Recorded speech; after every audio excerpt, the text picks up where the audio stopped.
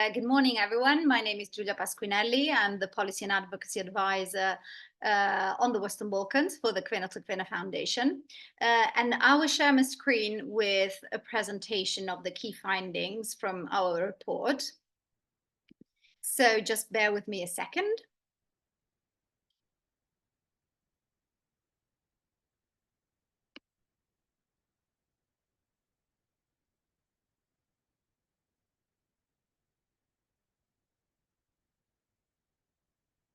So there we are.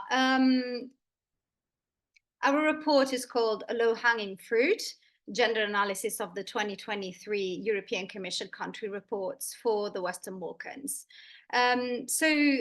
Just very briefly as an overview of what I will be doing in my short presentation. So I'll introduce our report, which is the 6th edition, as was mentioned by my colleagues, of our gender analysis of the reports of the European Commission for the Western Balkans.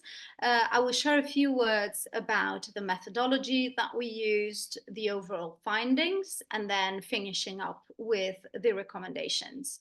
I also want to stress that our work, Kvinna's work in the region, is done in very close collaboration with our partner organizations in the 6 Western Balkan countries. And also this report has been really drafted and done with a lot of input and contributions from our partners. So I also want to acknowledge that and want to thank them for their contributions to this work. And some of them obviously are present today, and we'll hear more from them directly in the second part of the event. Now, moving on to our report, a few words about the methodology. So 6 years ago, we developed this bespoke methodology to analyze and assess European Commission country reports for the Western Balkans. It is based on 8 criteria, and through these 8 criteria that we're going to look at in a moment, we monitor progress year on year on gender mainstreaming of the different chapters. And this is because usually in the European Commission country reports for the region, gender issues have been dealt with only in some of the chapters, especially in the section on fundamental rights and in chapter 19. But most of the other chapters have often been gender blind, and that's why we thought we wanted to do this analysis, and we also want to give a contribution as to how the gender mainstreaming could be done across different chapters of the report. The criteria draw heavily from the commitments that the EU has done under the Gender Action Plan 3 and also the guidance note that was developed internally for DG NEAR staff and for the EU delegations. And they include some of the key components of a gender analysis. So these are the 8 criteria that we used for the assessment. The first one is a sort of a more general criteria that looks at overall attention to gender equality in each of the countries, including legislation, mechanisms that are in place, and also implementation of legislation and policies. It also looks at potential barriers for achieving gender equality, such as social norms, legislative and institutional barriers, and also rights of LGBTQI persons. The second criteria is a count of women's political participation at national but also local level, including key barriers that are preventing women from joining the public space. The third criterion that we look at is inclusion of key statistics on the situation of women, men, girls, and boys. The fourth is attention to all forms of gender-based violence, including gender-based violence that was committed during armed conflicts in the 1990s. Moving on, we look at intersectionality, and in particular references to Roma women, women refugees and IDPs, and also women from with different abilities. Then we also look at the roles and challenges of women's organizations as a key component of civil society. Then the seventh criteria is account of women's roles in peace building, dealing with the past and reconciliation, as we consider this a very sort of important criteria, especially for the region, which is post-conflict region. And finally, integration of gender into chapters and sections other than the fundamental rights section, such as, for instance, public administration, rule of law, or chapters that are dealing with environment and climate change. The overall findings from this year's report show that gender mainstreaming of the reports is steadily improving, but progress is uneven. So, for instance, most reports now include official recommendations attaining to gender equality issues, especially in the section on fundamental rights, but in some of the reports also in other chapters. However, the criteria for removing official recommendations remains unclear, and we think that more consistency is needed in that respect. Just as an example, in 2022, Montenegro had 6 official recommendations that captured or had sort of specific references to gender equality issues. And in 2023, it went down to 1, even though progress in sort of moving forwards towards those, meeting those recommendations was not sufficient. Attention to women and girls, as mentioned, is no longer limited to chapter 23 and chapter 19, but stretches across different chapters of the report. So, for instance, last year, particular references to gender equality or women's rights were included also in chapter 6 on company law, chapter 18 on statistics, chapter 24 on but also chapter 28 on consumer and health protection, or chapter 31 on foreign and security policy. However, there is still a large majority of the chapters that remain gender blind, including some key chapters, for example, chapter 27 on environment and climate change, which across the board do not include any reference to women and girls, but also chapter 11 on agriculture and rural development, despite the different impact of climate change and environmental degradation on men and women, and also the different roles that they play in mitigation and adaptation strategies. But also chapters such as the one on normalization of relations between Serbia and Kosovo remains gender blind, and this is really something that we think should change in the next year. On a positive note, however, we also noticed this year specific efforts to include references to the EU acquis on gender equality. So, for instance, under chapter 6 on company law, there were across the board, all of the reports had references to the EU directive on women on boards. And this is something that we think is very positive, but we would also recommend to include references to some of the other key pieces of EU legislation, and in particular the directive on work-life balance, but also the EU Victims Directive, and now that it has been adopted, also the EU Directive on combating violence against women and domestic violence. So these should be referred to as of next year in the country reports.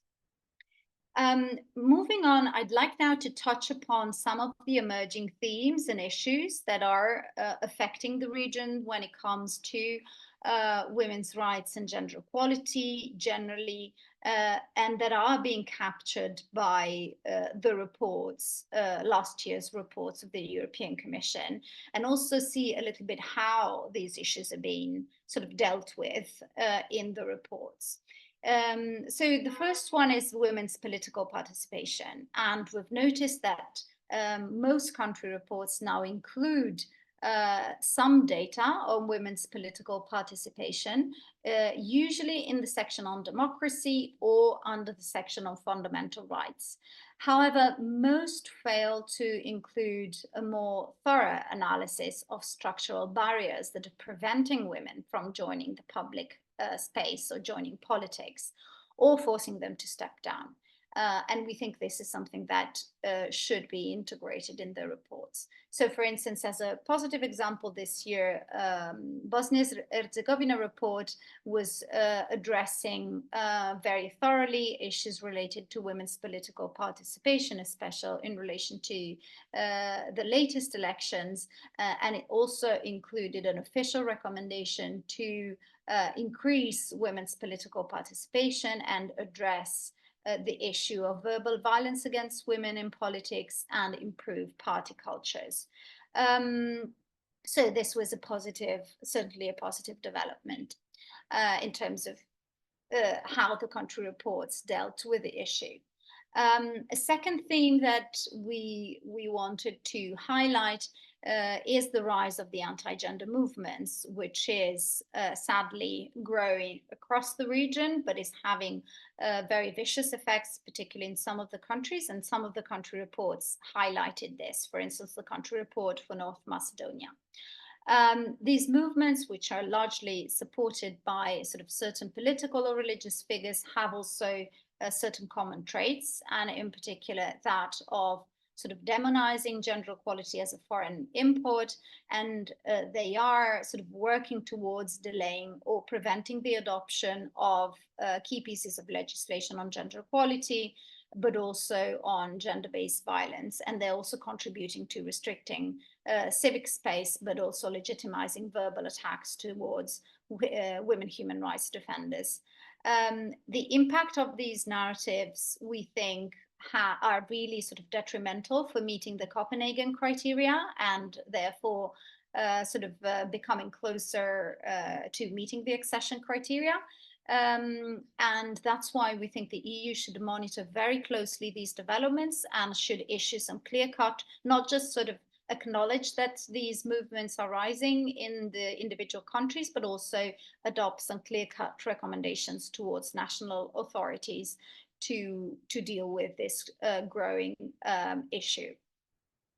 The issue of the rising anti-gender movements is connected also with the restriction of civic space, which in some of the countries is growing, and in particular towards women CSOs and activists. In North Macedonia, in Montenegro, in Serbia, and in Republika Srpska in Bosnia-Herzegovina, activists that are dealing with women's rights, with sexuality education, with LGBTQI rights, but also those that are vocal about other sensitive issues, such as, for instance, the glorification of war criminals, or the environment and climate change, or corruption, or in general are critical about the government, are regularly targeted with derogatory language, threats, and harassment. And while this is generally captured in the country reports, there usually aren't sufficiently strong or clear-cut recommendations issued by the EU in this respect. So we think this is something that the EU should work towards. Then the issue of domestic violence and violence against women, which obviously continues to be an issue for the region, as for many other countries, is usually dealt with in the country reports in the section on fundamental rights. But there are more forms of gender-based violence that are being acknowledged and addressed in the reports, and we think this is a positive development, such as, for example, forced marriages, online violence against women, verbal attacks towards female politicians, femicides, etc. But also this year, we noticed a positive development in the Kosovo report, which included a section under the judiciary and law enforcement section with regards to the capacity of judges and prosecutors to handle cases of gender-based violence. So this is something that should be also followed suit by the other countries in the region. So they should also capture this aspect under the section on judiciary and law enforcement. On a negative note, we've noticed that human trafficking, which is dealt with under Chapter 24, is usually not analyzed from a gender perspective, despite the fact that human trafficking is a form of gender-based violence, and often the majority of victims are women and girls. So this is not really treated sort of consistently across the reports. So it's something that could be improved. On women, peace and security, this issue is increasingly but unevenly integrated in country reports. So there seems to be a sort of a lack of consistency again in how this issue is captured by the reports. Sometimes is dealt with under the section on fundamental rights and sometimes under Chapter 31 on foreign and security policy. And as mentioned before, the section on normalization of relations between Serbia and Kosovo fails to include a gender perspective, mirroring in a way the lack of a gender perspective and women's participation in the EU-facilitated Belgrade-Pristina dialogue. So we think this is something that would need to be addressed. Also this year in the Kosovo report, there was really a lack of attention to the worsening security situation in the north of the country and how this affects women and men differently. The final two aspects that I want to focus on now are intersectionality. So this approach is increasingly sort of being adopted by the EU country reports. There is more attention paid to women belonging to minorities, women with different abilities, elderly women and women from rural areas in different chapters. And there were some positive examples this year in this respect. For example, the Albania report has a recommendation in Chapter 28 on consumer and health protection, which is aimed at guaranteeing access to quality health care to vulnerable populations, including Roma and Egyptian women. And also we've noticed in the Bosnia-Herzegovina and North Macedonia report an increased attention towards women belonging to minority groups. So this is sort of a positive development.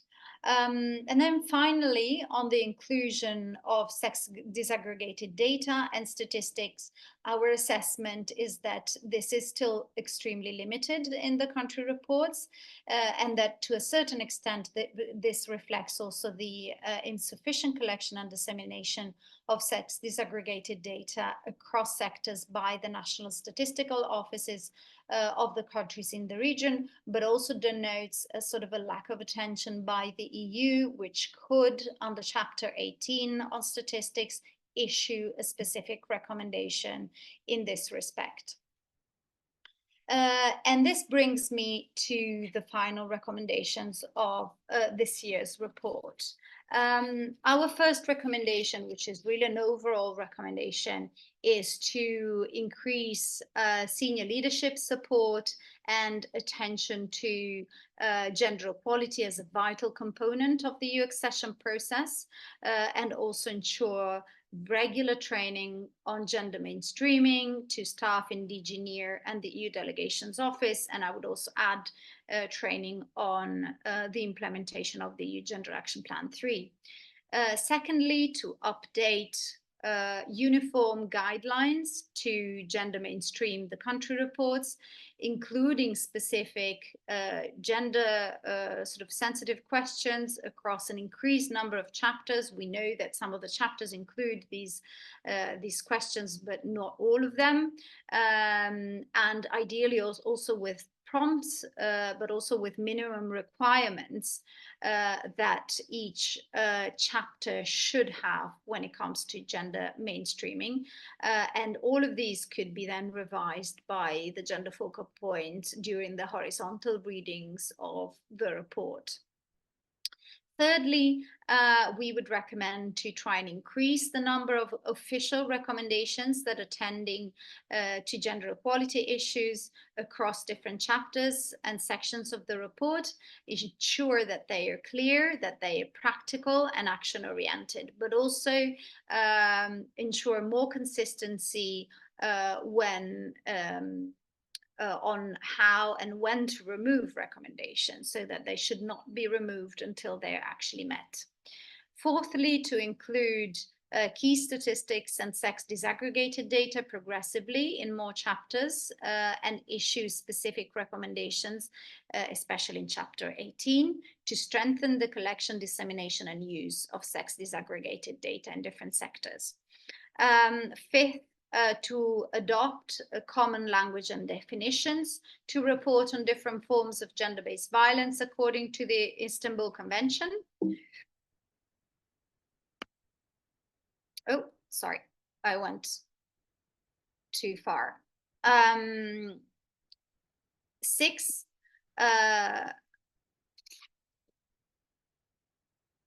to include attention to gender-based violence under the section on judiciary and capacity of law enforcement to deal with cases of gender-based violence, as well as in relation to access to and quality of justice. Seventh, to further increase attention to the situation of women belonging to minorities, women with different abilities, and other vulnerable groups and subject to multiple discriminations across different chapters of the report.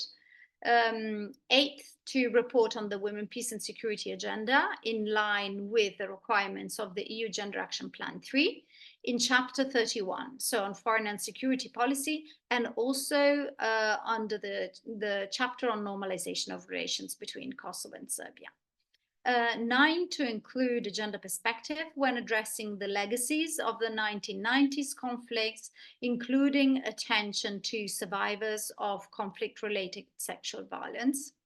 And finally, to report on the role of women CSOs in the section on civil society, including their role of service providers, contributors to the EU integration process, but also their contributions to peace building and reconciliation work.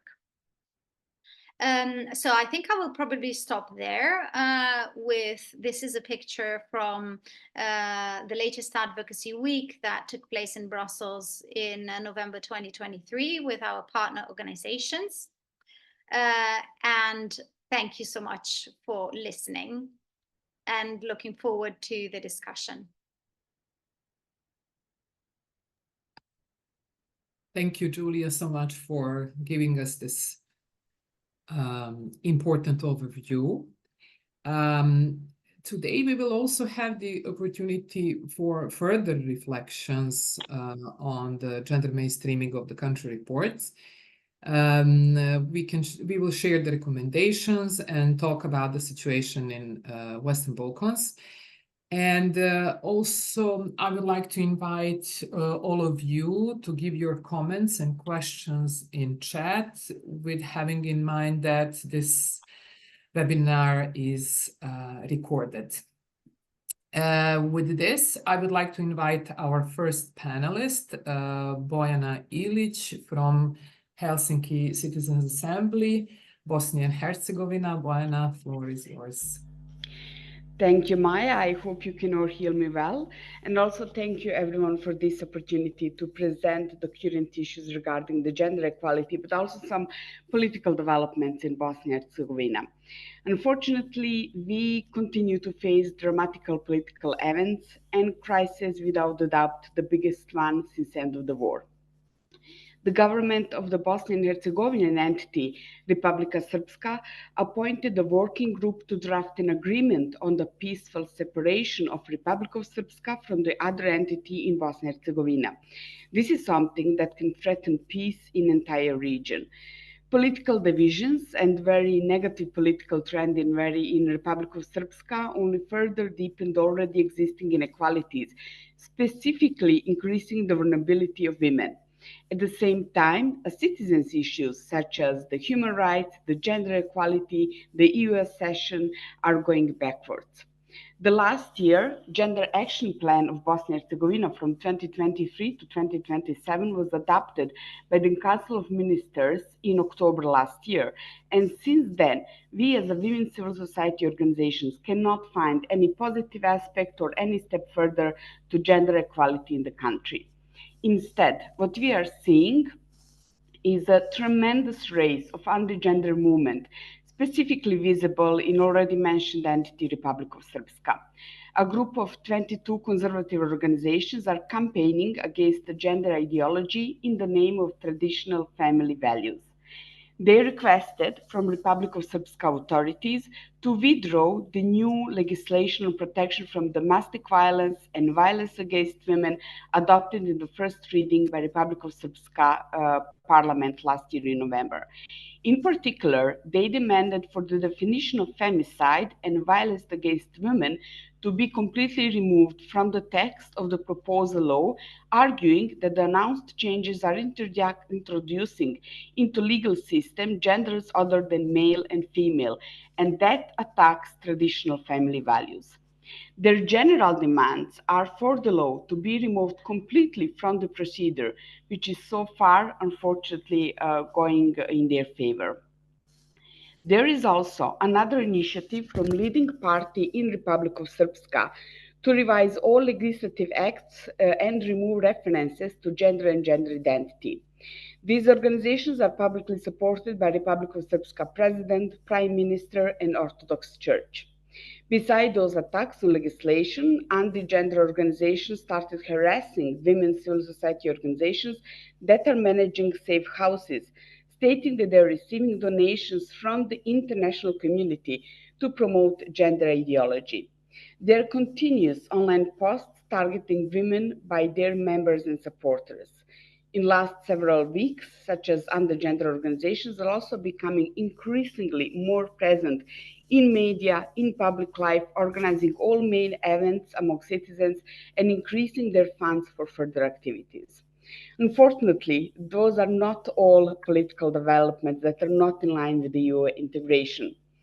After the decision of High Representative, who actually used his powers to introduce several important changes to the election law, the government in Republic of Srpska stated that the European path is over. As an answer to changes imposed by the High Representative on Bosnia's election law, the National Assembly of Republic of Srpska in the March this year has adopted a draft of the electoral law specific to Republic of Srpska. And this move challenges the authority of the state-level institutions and threatens the cohesion of Bosnia and Herzegovina.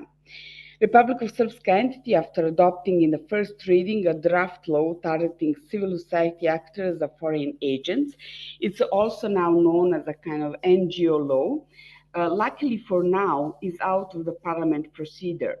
Even we still don't know what is behind this. Many organizations already reduced their visibility to avoid attracting government attention. Civil society organizations also reported that politicians often abuse the argument of transparent organizational funding to create institutional pressure on the freedom of expression and assembly. There was an increase, specifically in Federation of Bosnia and Herzegovina, a tax authority inspections of organizations, resulting in very high penalization fees in most inspection cases.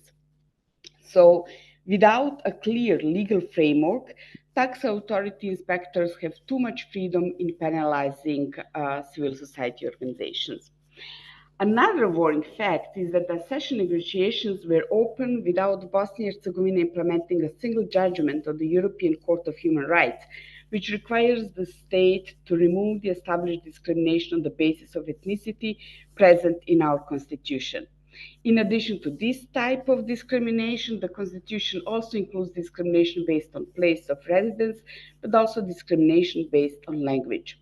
Women are absolutely invisible in the Constitution, and this type of discrimination actually have an impact on the realization of real gender equality in practice.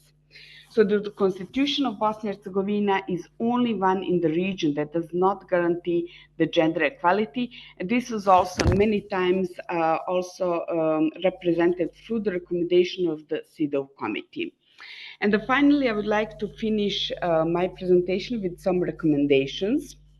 And the first one would be to really strengthen cooperation between the civil society, the government, and the international community to ensure meaningful participation of civil society organizations in decision-making process, including specifically in the context of the EU accession negotiations. We must ensure that human rights and freedoms are not rolled back and that authorities act in accordance with democratic principles and human rights standards. A good reaction of the EU institution would be if they made it clear that adoption of these laws are not in accordance with the accession of Bosnia and Herzegovina to the EU. And if this does not happen, the fragile democracy in Bosnia and Herzegovina can very easily be shattered into pieces, especially taking into consideration the entire situation which we have in Europe today. So with this, I would like to finish and thank you again for your attention. Thank you, Bojana, for giving us this overview and the recommendations. For all the attendees, I just want to remind you that you can pose your questions and comments using the Q&A function here in Zoom. And with this, I would like to invite our second panelist, Anita Stjepčević from Women's Rights Center for Montenegro. Anita, floor is yours. Thank you, Maya. And dear partners and esteemed attendees, greetings on behalf of Women's Rights Center from Montenegro. As you know, probably, EU programmed growth plan agenda for Western Balkans, including Montenegro, putting in access to justice and enabling legal certainty among priorities.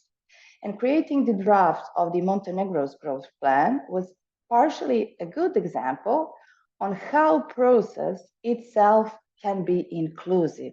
First, we've been invited by the EU delegation for consultations regarding growth plan, and then we provided written comments. Later, the government, actually the Ministry of European Affairs, organized consultations we participated in.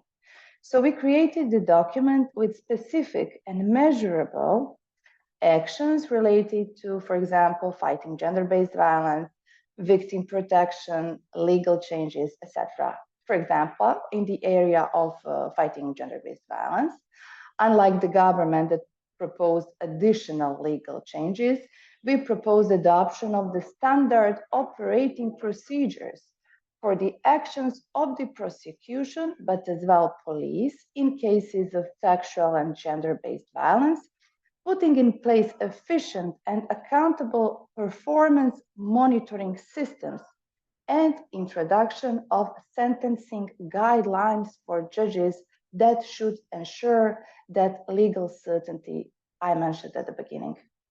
We also need to further amending of the law against domestic violence, as it still retained gender-neutral definition that is particularly not in line with provisions of Istanbul Convention. However, the growth plan was adopted at the end of April, but it is still not publicly available, so we cannot measure the precise influence on the document and its final version in order to be able to share a bit in depth the results of our advocacy. 3 issues I would specifically like to raise today, building on what we have previously presented to Brussels, but with additional developments, are political participation of women, and then warring court practices in the cases of sexual violence, and some local new perspectives on anti-gender movements in the country. Speaking about political participation of women, let me inform you all that the 3rd cycle of reporting before the UN CEDAW committee has just finished for Montenegro, and Women's Rights Center representatives were able to present its report in person before the CEDAW committee in Geneva. We also followed the official presentation of the state, where we once again witnessed CEDAW repeated questions related to unfulfilled recommendations from the previous reporting cycles, meaning that the state has done little to address them. The new list of CEDAW recommendations published this week included some very precise priority conclusions, such as the request to incorporate femicide into the criminal code in the next 2 years. Back to political participation of women, the committee increased the demand, requiring amending the electoral law in a way to introduce the zipper system that require political parties to create candidate lists, alternating between male and female candidates, and approve said amendments prior to the 2027 general elections. This recommendation goes even beyond our ambitions to see revised quota system in order to achieve better gender parity on all levels of political decision making, but was certainly grounded in the full participation of women in the Montenegrin parliament and in the government that we informed the CEDAW committee about. As for recommendation, at this moment, we really need to see synchronicity between the related UN and EU recommendations in order to maximize our joint efforts to govern ongoing comprehensive reform of election legislation in order to impose guarantees for better political participation of women, which means direct gender parity on all political functions. Next topic. Recently, the concerning verdict of the appellate court that halved the sentence of the multiple rapist of a 15-year-old girl without valid reasoning from maximum 15 to 8 years in prison caused an open public reactions and protests.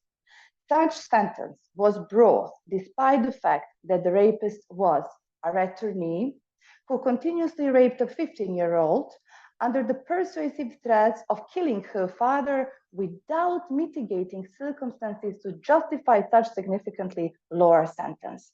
This and such few similar cases that recently struck the public sends alarming message that Montenegrin courts are missing to protect victims and acknowledge their traumatic experiences even when they are minors. Gender-biased courts practices is only one part of a broader social-political reality in Montenegro being led by conservative, religious, and anti-democratic narratives in line with the broader regional trends. Beside the political structures being hardly influenced by the Serbian Orthodox Church that strengthens and promotes such narratives, the media outlets are also under attack. Out of 5 TV outlets in Montenegro, 4 belong to foreign owners very close to pro-Russian political structures in Serbia. The religious influence did not bypass the education system either. So our government recently supported the Serbian Orthodox Church with almost €2 million to build a religious Orthodox high school, giving it primacy over multicultural, multi-ethnic, and multi-religious community, which adorns Montenegro and represents its true value. And this happens in a situation when the school system faces major financial challenges, when there is no money for teaching assistance for children with developmental disabilities, and when every 3rd child in a country is at risk of poverty. All of this affects the long-term human rights situation in the country. And we know from experience that women and LGBTQI+ rights are first to be affected.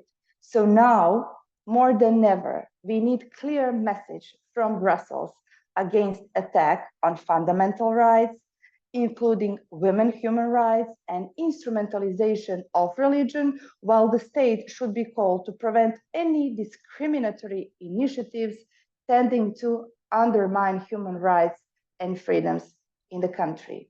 I will stop at this point and thank you for your attention. Thank you, Anita, for this important overview and recommendations you gave us. With this, I would like to invite our third panelist, Irina Jolevska from Reactor Research in Action, North Macedonia. Irina, the floor is yours. Thank you, Maya. Good morning, everyone. And I appreciate the opportunity to address everyone today and to reflect on some of the recent development and key issues in North Macedonia. This was an election year in our country, with both the presidential and the parliamentary elections taking place this spring. As a result, we are now on the brink of a governmental transition, as the right-wing party, VMRO DPMNE, has secured the most seats in parliament. The presidential elections brought about a historic moment for North Macedonia, as we have elected our first female president. However, it is worth noting that the president was supported by the right-wing coalition led by VMRO DPMNE. As for previous elections, Reactor has conducted a gender analysis of the election programs of the political parties and of the presidential candidates, which will soon be available on our website. And I will now briefly share some key insights that may shed some light on what lies ahead for women's rights and for gender equality in North Macedonia's political landscape. In our study, we analyzed the programs of several key actors, but today I will focus on the parties which are expected to join the new government. In their election program, the winning party, VMRO DPMNE, very consciously and continuously avoids using the term gender, opting instead for the term sex. This marks a departure from previous elections for this party. For instance, for the 2020 parliamentary elections, they used both gender and gender equality in their programs. This shift suggests a potential unwillingness to recognize gender as a legal category, aligning with narratives that are harmful and undemocratic, and unfortunately, they are widely present in the public discourse in North Macedonia. Such a stance poses a threat to the fragile progress made in terms of gender equality and women's rights, also having in mind the party's previous unwillingness to ratify the Istanbul Convention during their previous longer tenure in government, which lasted for more than a decade. While some of VMRO DPMNE's goals regarding women's rights and can be considered as gender sensitive to some extent, as for instance, they have included a measure for postpartum mental health. Most of their program measures, including this one, target women as mothers and focus heavily on reproductive health. Additionally, a series of measures target women as the sole parent, therefore failing to encourage men's involvement into caregiving.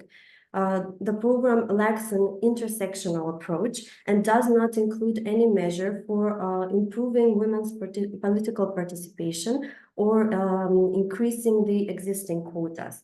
As the formation of the new government in North Macedonia is still pending, it remains to be seen how many women will hold positions within it. The other coalition expected to join the government is the coalition BLEN, and in their program, they do not use the term gender as well and only mention women 3 times. The program lacks gender-sensitive language and places a very minimal focus on women's rights.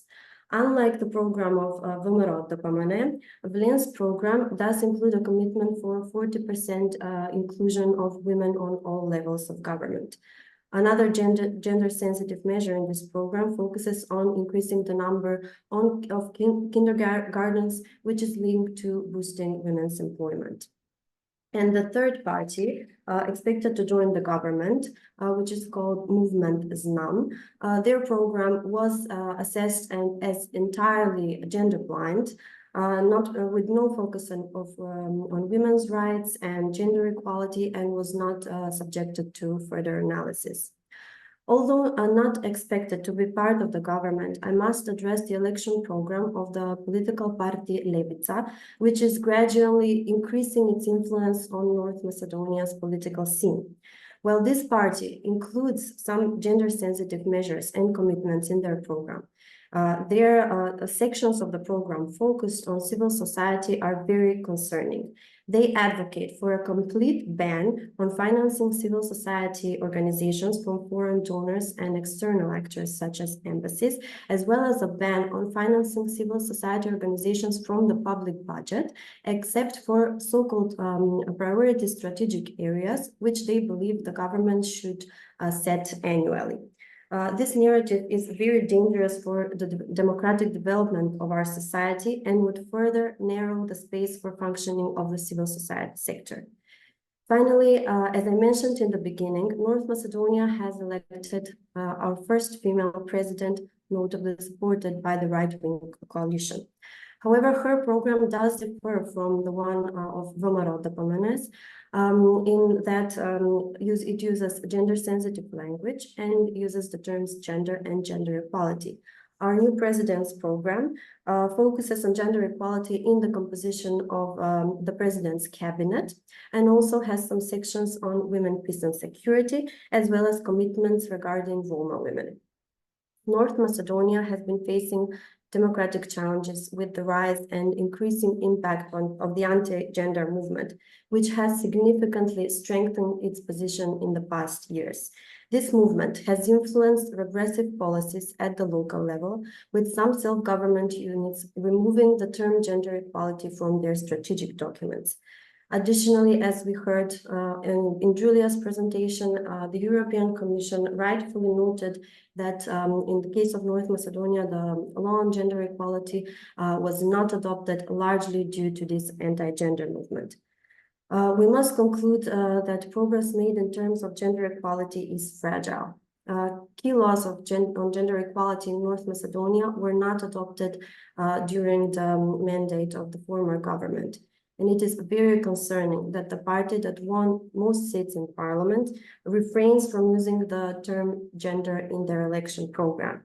The formulation of program measures using only the term sex contradicts existing legislation, policies, and international conventions in North Macedonia, and it is not in line with North Macedonia's commitments for EU integration. While we cannot predict the status of key laws on gender equality in North Macedonia in the upcoming period, given their importance, we would strongly encourage an explicit recommendation to our authorities to swiftly finalize and adopt these laws and ensure they are in line with the relevant EU acquis. Thank you so much for your attention. Thank you, Irina, so much. And thank you all really for emphasizing how important it is for the whole integration process to become more gender sensitive. And on that note, I just want to say that the women organizations are a crucial source of the information, knowledge, and experience by our experience to make the EU accession process gender sensitive. And from this reason, their function as the policy experts, dialogue partners, watchdog must be secured with a clear and transparent processes. This entails also on country report and input that is provided by Kvinna and partners.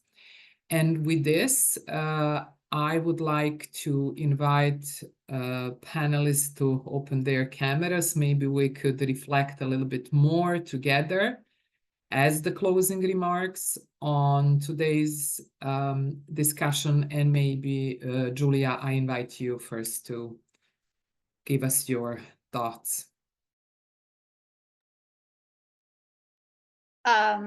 Thank you so much, Maya. I wonder if there are any questions also from the audience that we might want to address. I guess we would be very happy to answer them if there are any. also question of clarifications about the report or anything? Exactly. We received one very important question regarding how the gender perspective could be applied to Belgrade-Pristina dialogue, but this is what we choose to answer already in the chat directly to person that was posing that question, and maybe none of other questions that we have here at the moment. Okay. Yeah, because maybe we can also give them some more time as we maybe reflect further Absolutely. on what we heard, and we'd be very happy to provide any sort of further clarifications. I think maybe just one piece of information that, you know, we could be also sharing or, you know, with the audience is that as we mentioned, as Kvinna, we've been doing this work to closely analyze the country reports every year, but also to try and provide some sort of recommendations and suggestions about how to sort of better gender mainstream the reports. We understand it's a huge task for the Commission, but also for the delegations. And we understand that there are sort of big changes ahead, that there is a plan to reduce the size of the country reports. And I think because of that, it's going to be even more important for the EU to have a very clear methodology and to know exactly how it is going to approach the gender mainstreaming of the reports, now that there is going to be less space for actual sort of data and for sort of narrative explanations. So I think this is also, you know, for us internally is going to be an interesting, I think, development to monitor. And we're also going to, I think, try to maybe provide sort of new ideas and more support, more contributions to the EU in this respect, and try to sort of at least provide suggestions from our own sort of experience of carrying out gender analysis and sort of gender mainstreaming of different documents, to make sure that this very vital component of the reports is not lost because of the reduced size. So this is just something that I wanted to mention in sort of in line with some of the developments that we are here are going to happen as of this year for the country reports. And then maybe secondly, I just wanted to again sort of reflect very briefly on sort of what we heard in particular from well, from the three countries really, both from Bosnia-Herzegovina, from Montenegro, and from North Macedonia, about how these sort of growing anti-gender movement and anti-gender narratives are really impacting developments on gender equality, both when it comes to sort of actual pieces of legislation that were sort of meant to be adopted in the different countries, such as the law on gender equality in North Macedonia, but also the law on violence against women in Republika Srpska, and how this is directly really impacting on the progress of individual countries when it comes to meeting the accession criteria. So this is really something that the EU will also have to come to terms with. So there will need to be, I think, some kind of very clear strategy and approach on how to deal with the impact of anti-gender movements in the individual countries.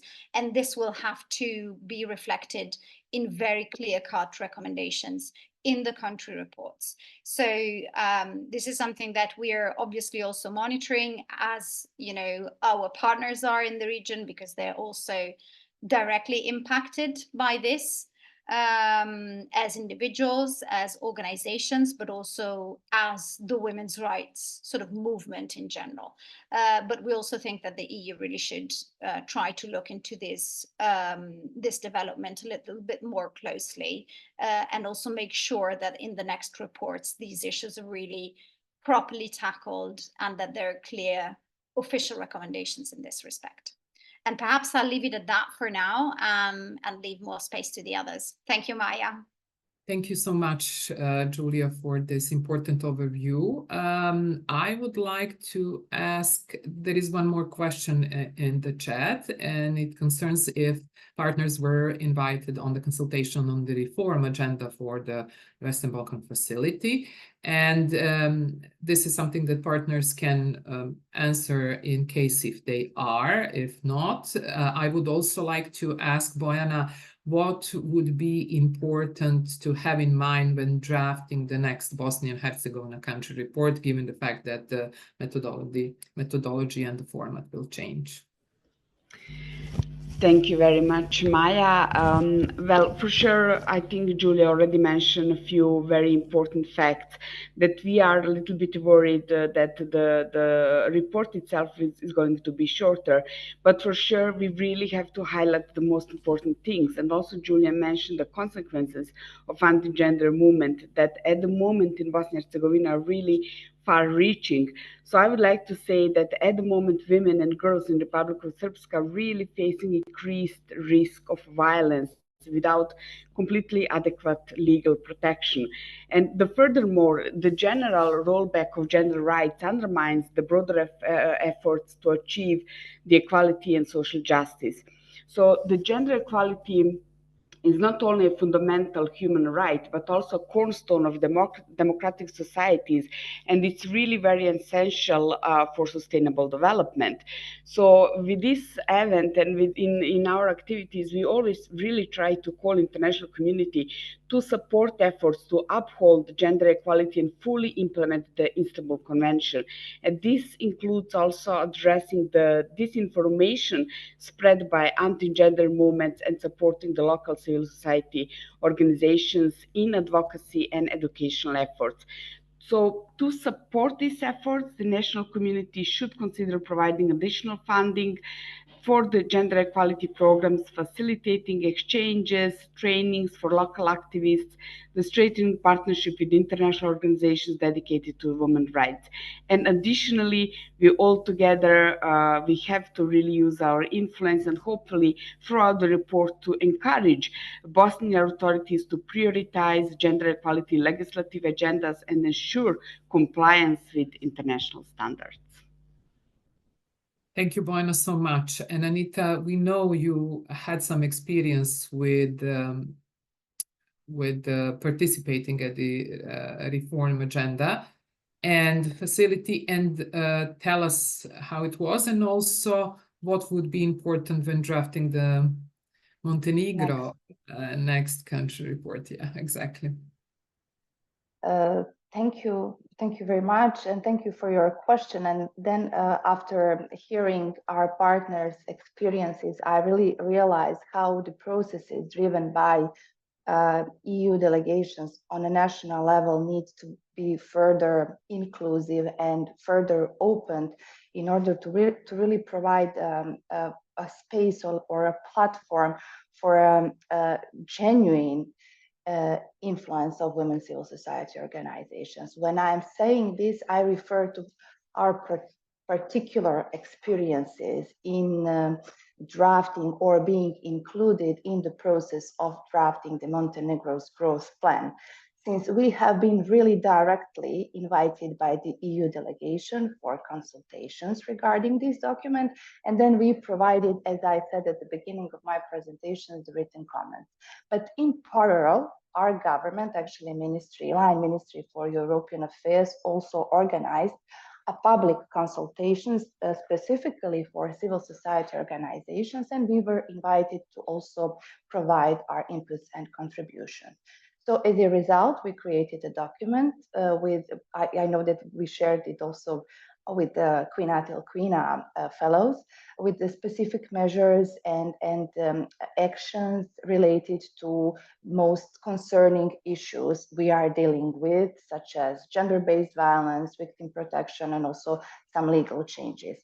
For example, in order to make it, as I already mentioned, a bit more plastic and understandable, we, for example, provided one of the instructions was for the government to adopt actually the standard operating procedures, not to further amend very good laws that we have already, but to go in a bit of details, to adopt standard operating procedures for the actions that will concern both prosecution and the police, and that relate to the cases of sexual and gender-based violence. So in order to put in place an efficient and also accountable mechanisms for performance monitoring systems, and to introduce, more importantly, kind of punishing guidelines for judges that should ensure one of the priorities mentioned in the growth plan, and it is legal certainty.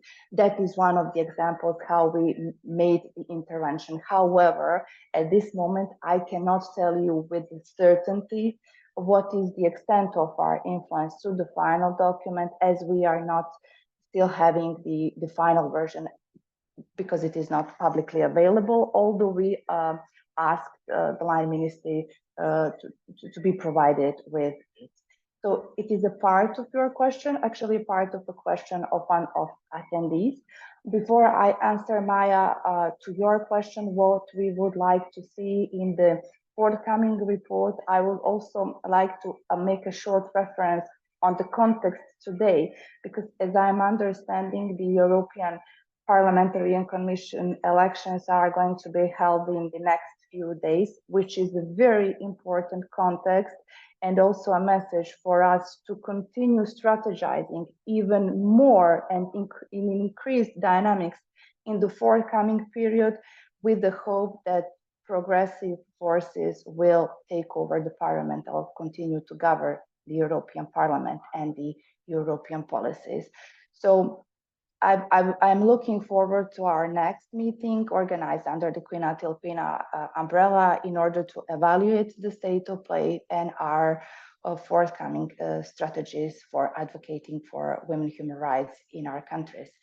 And finally, what we would like to see, if we bear in mind that the overall length of the report would be shortened, then definitely some of the key issues I also raised today, and those concern political participation of women, specific reference to anti-democratic and anti-gender narratives, because we should prevent any other escalation and negative consequences of these narratives, and also some worrying, as I explained, court practices, specifically in the case of sexual violence.